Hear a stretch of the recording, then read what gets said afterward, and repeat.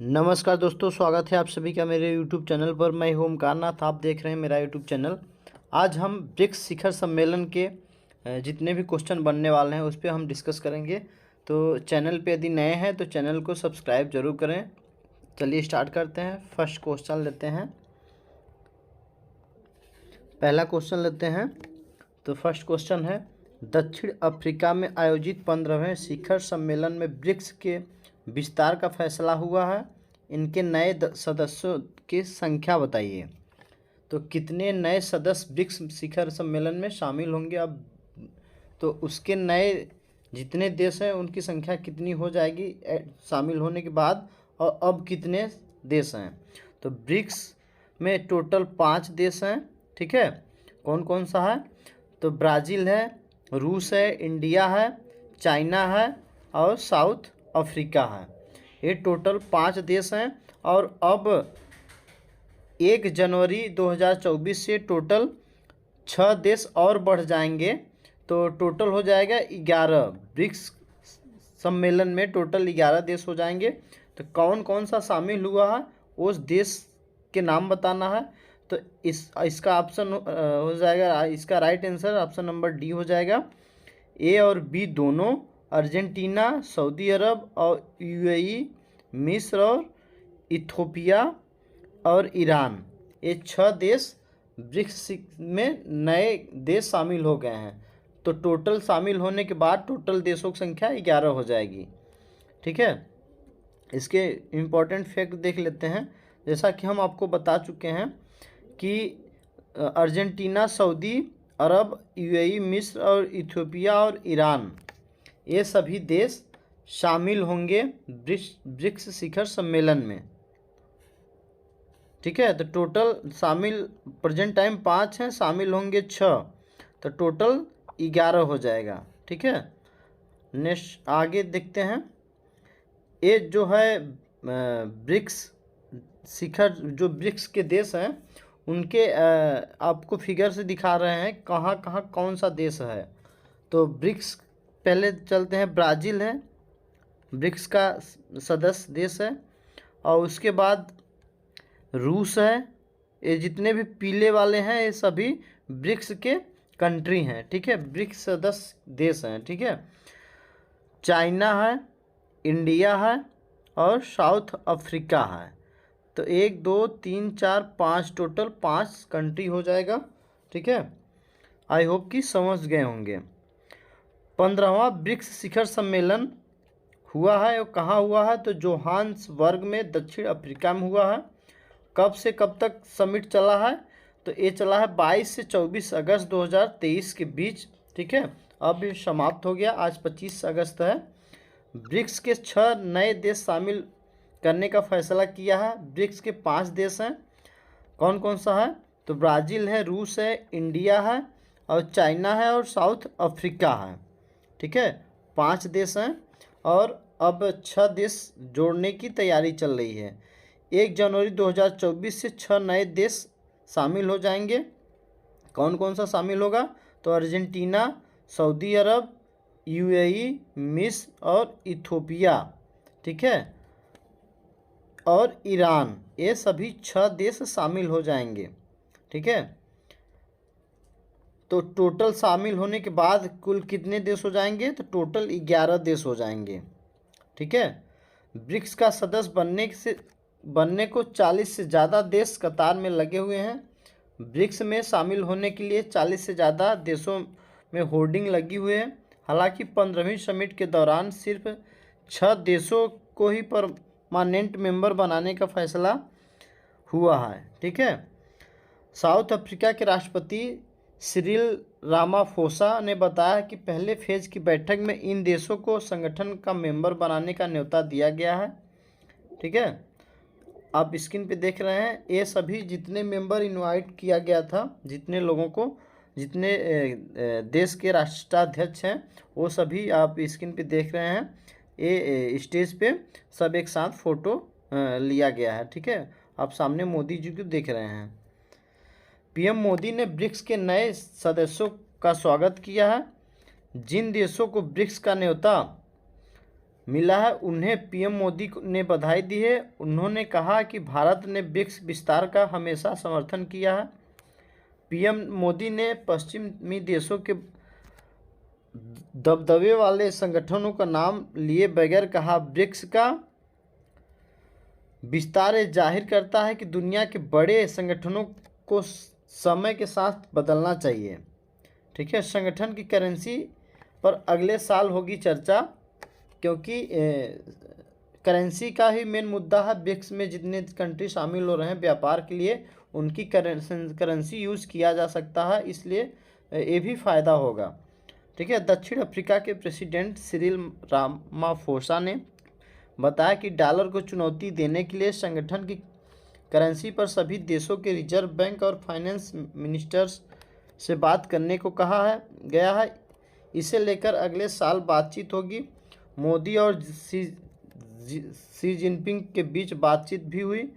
PM Modi ने चीन के राष्ट्रपति शी जिनपिंग के साथ एलएसी का मुद्दा भी उठाया है। उन्होंने बताया कि बीच कुछ सेकंड की बातचीत हुई।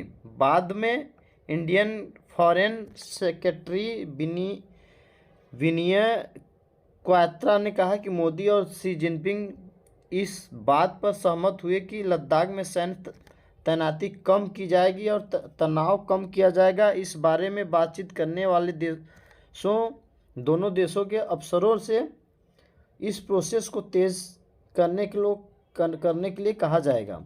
ठीक है,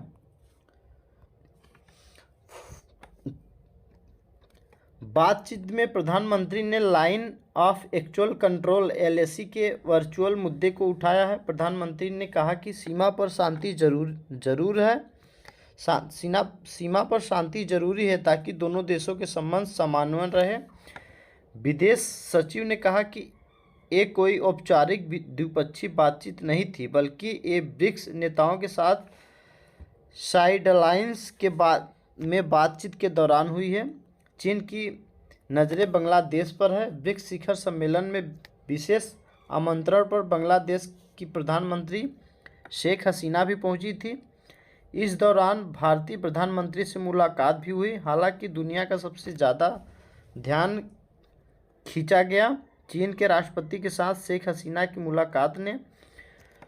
मुलाकात के बाद चीनी राष्ट्रपति शी जिनपिंग ने कहा कि बीजिंग बाहरी हस्तक्षेप का विरोध करने में बांग्लादेश का समर्थन करेगा और बेल्ट एंड रोड इनिशिएटिव सहित आर्थिक सहयोग को गहरा करेगा।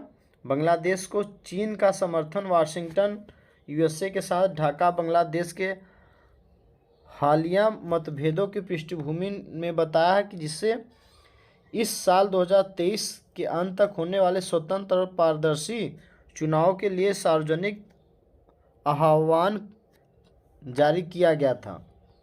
ठीक है, ये है ब्रिक्स कंट्री के मेंबर।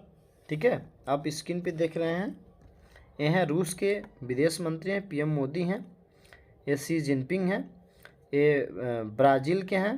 ठीक है, ये ब्राज़ील के हैं, ये साउथ अफ्रीका के रामाफोसा हैं। ठीक है,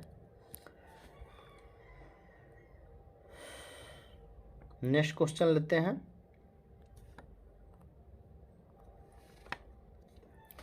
वर्ष 2024 में 16वां ब्रिक्स शिखर सम्मेलन किस देश के शहर कजान में आयोजित होगा?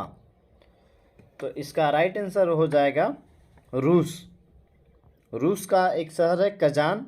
2024 में 16वां ब्रिक्स शिखर सम्मेलन रूस में आयोजित किया जाएगा। ठीक है, आप स्क्रीन पे देख रहे हैं, ये हैं रूस के व्लादिमीर पुतिन राष्ट्रपति। ठीक है, और ये हैं ब्रिक्स शिखर सम्मेलन के जितने शामिल हुए थे सदस्य राष्ट्राध्यक्ष हैं, क्योंकि ये नहीं आ पाए थे ब्रिक्स शिखर सम्मेलन में, इनके जगह पे वहाँ के एक विदेश मंत्री आए थे, तो इन्होंने बातचीत ऑनलाइन के जरिए की है। ठीक है, 15वीं ब्रिक्स शिखर समिट के बाद 16वीं समिट के लिए रूस को ब्रिक्स की अध्यक्षता मिली है। अगली समिट 2024 में रूस के शहर कजान में होगी। यह ऐलान रूस के राष्ट्रपति व्लादिमीर पुतिन ने दिया है। दरअसल रूसी प्रेसिडेंट पुतिन जोहान्सबर्ग दक्षिण अफ्रीका नहीं पहुंचे थे, लेकिन वर्चुअल तरीके से समिट को संबोधित किया है। आप देख सकते हैं अब स्क्रीन पे समिट को संबोधित कर रहे हैं, ठीक है। तो ये नहीं पहुंचे थे। मार्च 2023 में उनके खिलाफ इंटरनेशनल क्रिमिनल कोर्ट आईसीसी के युद्ध अपराध के आरोप की वजह से गिरफ्तारी का वारंट निकला हुआ था।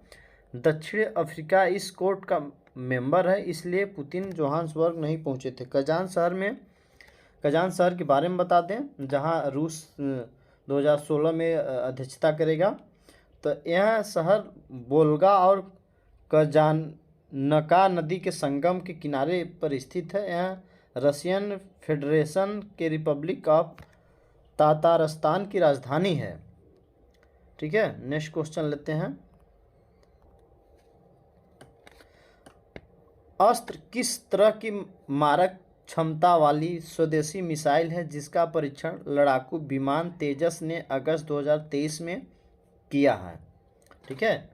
तो एक कौन सी मिसाइल है जिसका परीक्षण अगस्त 2023 में हुआ है?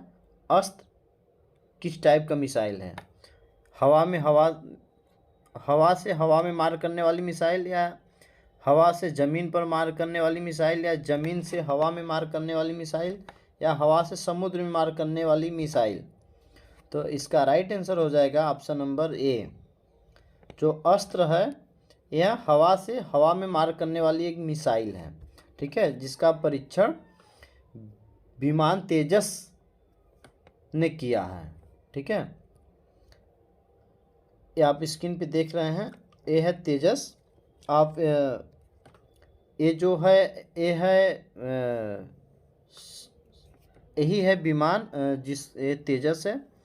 आप तेजस के जरिए इसको प्रक्षेपित किया जा रहा है, ठीक है, हवा से हवा में मार करने के लिए। अस्त्र, इसका नाम है अस्त्र, ठीक है। तेजस ये जो है विमान तेजस के माध्यम से अस्त्र को प्रक्षेपित किया जा रहा है, ये है अस्त्र, इसका नाम है अस्त्र, ठीक है। आई होप कि समझ गए होंगे। चैनल पे नए हैं तो चैनल को लाइक शेयर एंड सब्सक्राइब जरूर करें ताकि इस प्रकार के वीडियो आपको मिलता रहे। अस्त्र मिसाइल का एक टेस्ट फायर है। किस तरह की मिसाइल है? तो beyond virtual range air to air missile है। इसका टेस्ट कब हुआ? तो 23 अगस्त 2023 को हुआ, ठीक है। इसका टेस्टिंग 23 अगस्त 2023 को हुआ। कहाँ हुआ? तो गोवा के तट पर हुआ। किस विमान पर टेस्टिंग किया गया? तो लाइट कॉम्बैट एयरक्राफ्ट तेजस से इसका परीक्षण किया। कितनी ऊंचाई पर परीक्षण किया? तो लगभग 20,000 फीट की ऊंचाई पर इसका परीक्षण किया गया। अस्त्र के बारे में बता दें तो यह स्वदेशी बियॉन्ड विजुअल रेंज हवा से हवा मार करने वाली मिसाइल है। यह अत्यधिक कलाबाजी वाले सुपरसोनिक हवाई लक्ष्यों को भेदने और नष्ट करने के लिए सक्षम है। इसे डीआरडीओ ने डेवलप किया है, ठीक है।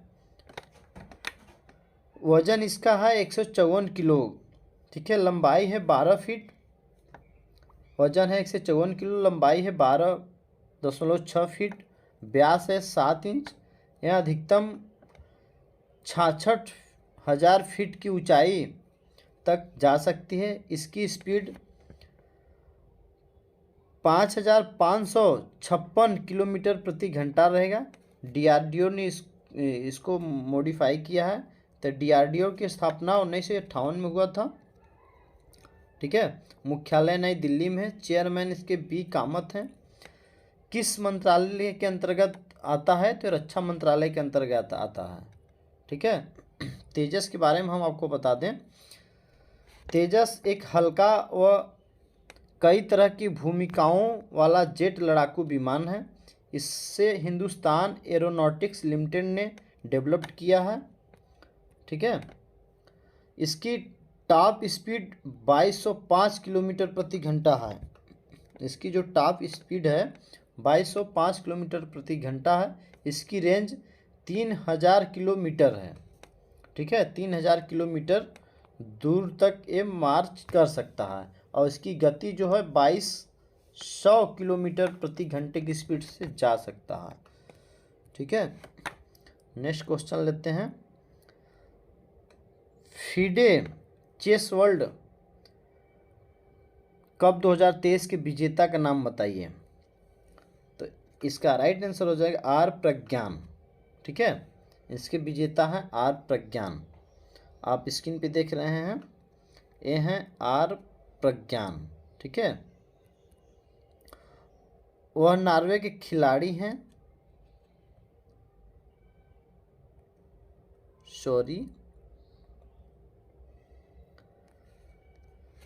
फीडे चेस वर्ल्ड कप 2023 के विजेता का नाम है, इसका राइट आंसर हो जाएगा ऑप्शन नंबर बी। ठीक है, मैग्नस कार्लसन। ठीक है, इसका राइट आंसर हो जाएगा मैग्नस कार्लसन। फीडे का चेस वर्ल्ड कप 2023 के विजेता हैं मैग्नस कार्लसन। ये उप विजेता हैं आर प्रज्ञानंद, जो इंडिया से बिलोंग करते हैं। ठीक है, और ये हैं नॉर्वे से बिलोंग करते हैं। ठीक है, मैग्नस कार्लसन। ठीक है, ये है मैग्नस कार्लसन, ये है आर प्रज्ञान। ठीक है, मैग्नस कार्लसन नॉर्वे के खिलाड़ी हैं। ठीक है, नेक्स्ट क्वेश्चन लेते हैं इसी टाइप का।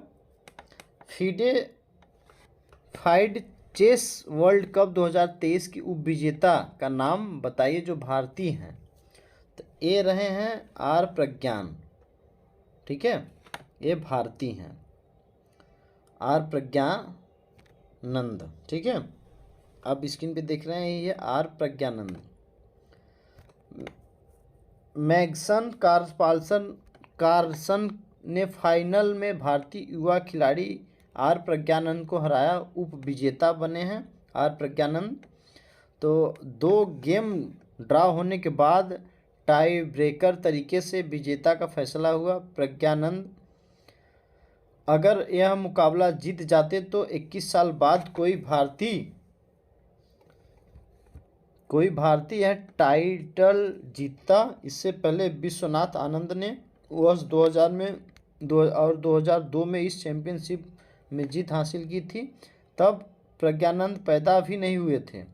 अगर प्रज्ञानंद का जन्म 10 अगस्त 2005 को चेन्नई में हुआ था। आर प्रज्ञानंद का जन्म 10 अगस्त 2005 को चेन्नई में जन्म हुआ था। वह 18 वर्ष के हो चुके हैं। उन्होंने वर्ष 2022 में वर्चुअल अवार्ड इनको मिल चुका है। ठीक है, नेक्स्ट क्वेश्चन लेते हैं। खेलो इंडिया महिला लीग का नया नाम बताइए। खेलो इंडिया महिला लीग का नया नाम बताइए। तो इसका नया नाम हो गया है सुष्मिता महिला लीग। ठीक है, ऑप्शन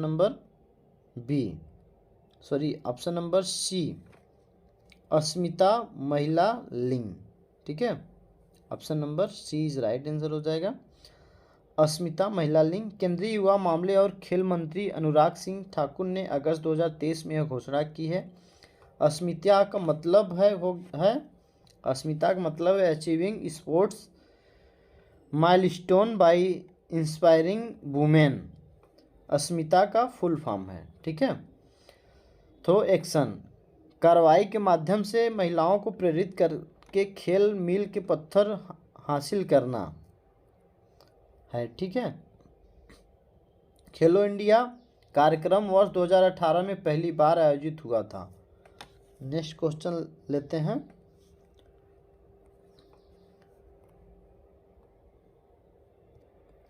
यूनाइटेड वर्ल्ड रेसलिंग ने क्या वजह बताते हुए भारतीय कुश्ती संघ की सदस्यता सस्पेंड कर दी है। तो ये बताया है समय पर चुनाव न होना। ठीक है, इसलिए सस्पेंड कर दी है। समय पर चुनाव न होना। यूनाइटेड वर्ल्ड रेसलिंग ने अगस्त 2023 में भारतीय कुश्ती महासंघ की सदस्यता को सस्पेंड कर दिया गया है।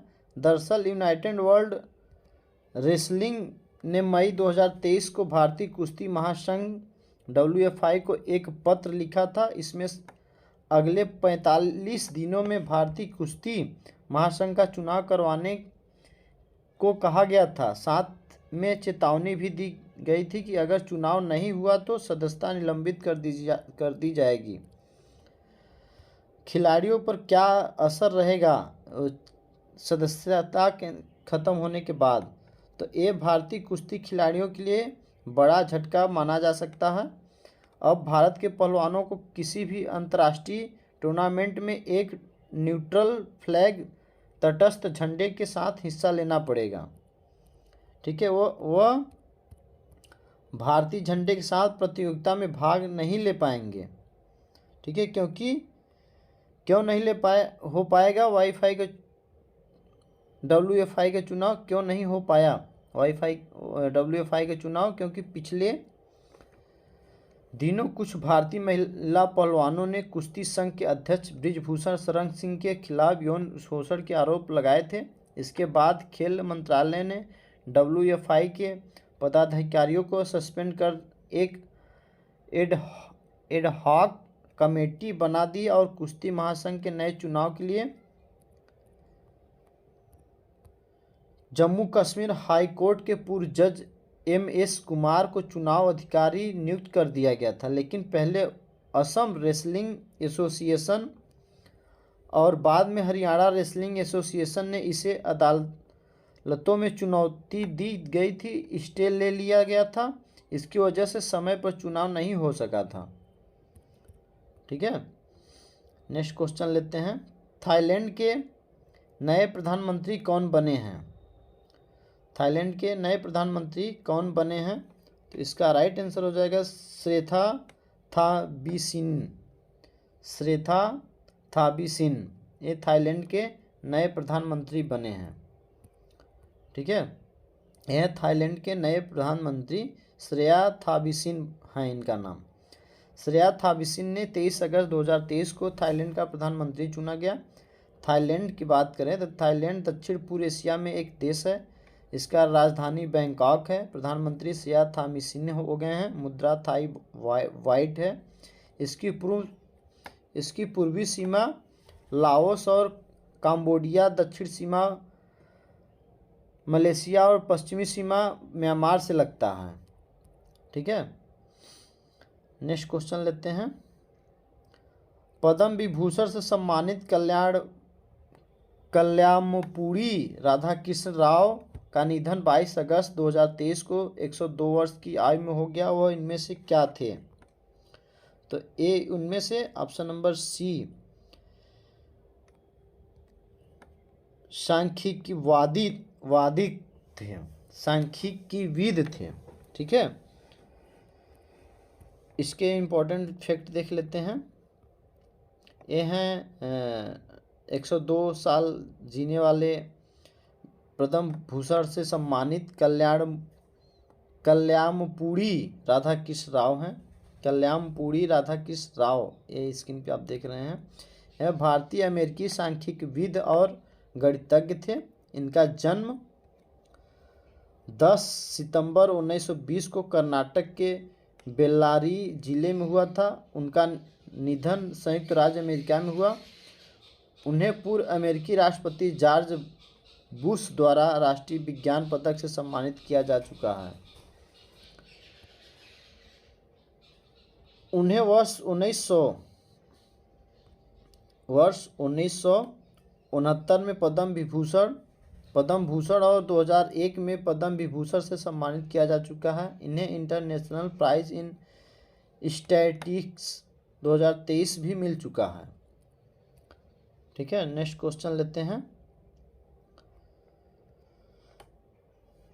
दास व्यापार की स्मृति और उसके उन्मूलन के लिए अंतर्राष्ट्रीय दिवस कब मनाया जाता है? तो 23 अगस्त को मनाया जाता है। ठीक है, दास व्यापार की स्मृति और उनके उन्मूलन के लिए अंतर्राष्ट्रीय दिवस तो 23 अगस्त को मनाया जाता है। ठीक है। वर्ष 2023 की थीम परिवर्तनकारी शिक्षा के माध्यम से गुलामी की, नस्लवाद की विरासत से लड़ना। ठीक है, यह पहली बार 1998 ईस्वी में मनाया गया था। इसे यूनेस्को द्वारा घोषित किया गया था। नेक्स्ट क्वेश्चन लेते हैं। विश्व गुजराती भाषा दिवस कब मनाया जाता है? विश्व गुजराती भाषा दिवस कब मनाया जाता है? तो 24 अगस्त को मनाया जाता है। ठीक है, यह दिवस गुजरात के महान लेखक वीर नर्मद की जयंती के उपलक्ष्य में मनाया जाता है। आप स्क्रीन पे देख रहे हैं, ये है वीर नर्मद। ठीक है, कवि वीर नर्मद को गुजराती भाषा का निर्माता माना जाता है। वीर नर्मद का जन्म 24 अगस्त 1833 ईस्वी को गुजरात के सूरत में हुआ था। नर्मद ने 22 साल में अपनी पहली कविता लिखी थी। ठीक है, तो वीडियो कंप्लीट हो गया। चैनल पे आप नए हैं तो चैनल को लाइक शेयर एंड सब्सक्राइब जरूर करें। ठीक है, ताकि इस प्रकार के वीडियो आप तक मिलता रहे। तो मिलते हैं फिर नेक्स्ट वीडियो में। जय हिंद।